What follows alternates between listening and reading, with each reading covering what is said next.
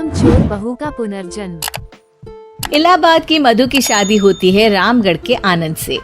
Nature से कामचोर मधु के सामने जब पूरे ससुराल की जिम्मेदारी पड़ती है तो कैसे वो उससे बचने के लिए करती है एक नाटक। चलिए देखते हैं। अरे मधु, मधुरानी, जरा चाय ला और बेसन घोल ले, बादल बन गए हैं, पकौड़ी बना लेते हैं। ओह, अभी अभी तो दिन का खाना खाया है, अब पकौड़ी तल दूं? अरे इतना खाएंगी तो फट जाएंगी, चला तो जाता नहीं इनसे। तभी आनंद आ जाता है। अरे मन कर रहा है पकोड़े खाने का। मधु देखो ना, बादल बन गए हैं, ऐसे में पकोड़े मिल जाए तो मजा आ जाए। अरे अभी तो बादल बने हैं, जरा 2-4 बूंद टपक तो जाने दो, बना दूंगी पकोड़े भी। ये बोलकर मधु वहाँ से चली जाती है। अरे मधु, मधु बूंदे भी बरस गई, अब तो बना दो पकोड़े। अरे बूंदा बूंदी तो रोज होती है, जरा जमकर बरसे तो पकोड़े तलने में और सिखाने में दोनों में मजा आ जाए। ये बोलकर मधु वहाँ से चली जाती है और मधु के साथ ही बूंदा बांदी कर बादल भी चले जाते हैं। मधु अपने कमरे में जाकर कहती है, अरे भगवान, ये सारा कमरा फैला हुआ है, कैसे साफ होगा? तभी मधु को आइडिया आता है और वो जोर जोर से चिल्लाती है, हे भगवान, मेरा 2000 रुपए का नोट कहाँ चला गया? किसी ने देगा क्या मेरा 2000 का नोट? तभी वहां मधु की ननद और नौकरानी आ जाती है। अरे भाभी, मैं देख देती हूँ। कैसे देखोगी दीदी, सारा कमरा तो गंदा पड़ा है। अरे हटो ना, मैं साफ किए देती हूँ, मिल गया तो दे दूंगी। अब ननद और नौकरानी 2000 नोट के चक्कर में पूरा कमरा साफ कर देती है और नोट नोट खोया हो तब तो मिले।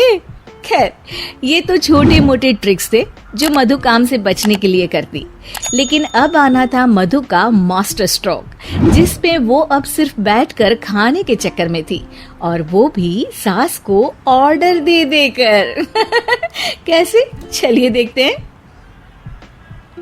एक फ्रेम में एक फोटो है जिसमें सास की सास यानी कि मधु की दादी सास, मोटी बिंदी, काला मोटा चश्मा, कॉटन की साड़ी और चेहरे पर रौब। वहां उसी फोटो के नीचे खाट पर बैठी मधु, और मधु का गेटअप बिल्कुल वैसा ही था। मधु दादी सास की भूमिका में कहती है, अरे चंदावती, चंदा रानी, जरा चाय दे मलाई मार कर।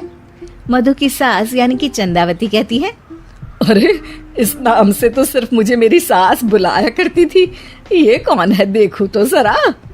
अब सास मधु को अपने सामने अपनी सास की भूमिका में देखकर जोर जोर से हंसती है। मधुरानी, कोई तमाशा चल रहा है या ड्रामा? जा जा जाकर चाय लेकर आ। मधु जो कि ये दिखा रही थी कि वो सास की सास है या फिर उसकी आत्मा उसमें आ गई है, वो क्या करती है?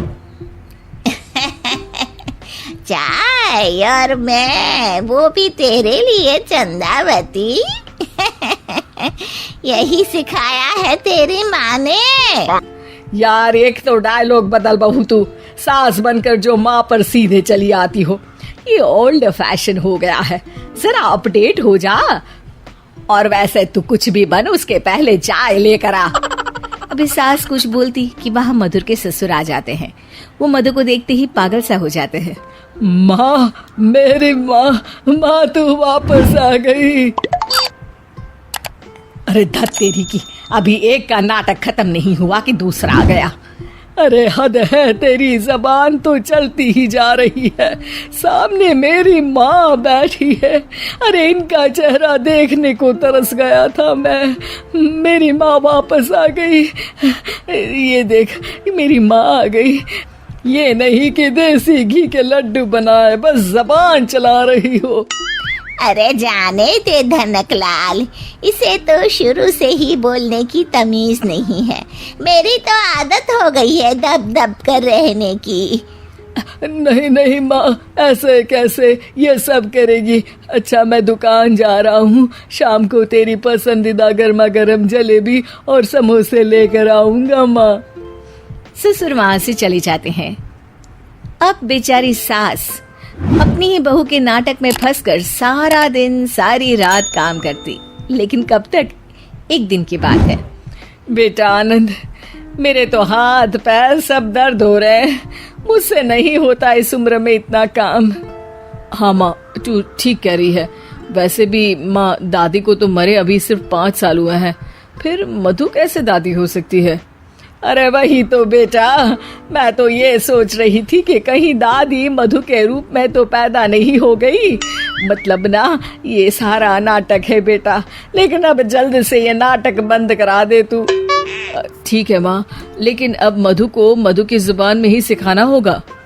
दोनों माँ बेटा कुछ बात करते हैं और अगले दिन सास मधु का बड़ा सा सोने का हार गले में डालकर घूम रही होती है। मधु जैसे ही अपना हार सास के गले में देखती है, परेशान हो जाती है।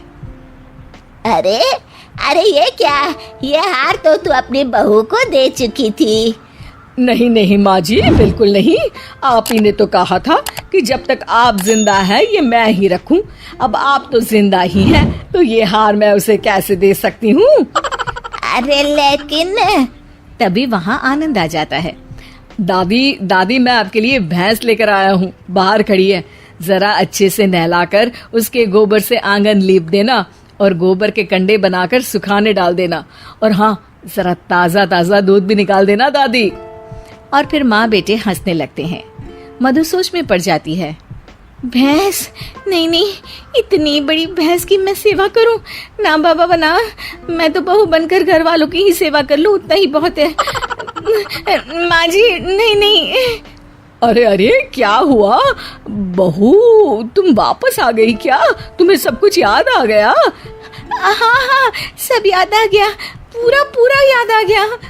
अब सास चैन से खाट पर बैठती है और जोर से कहती है, सब याद आ गया ना? तो चले जा, चाय लेकर आ, और वो भी मलाई मार कर।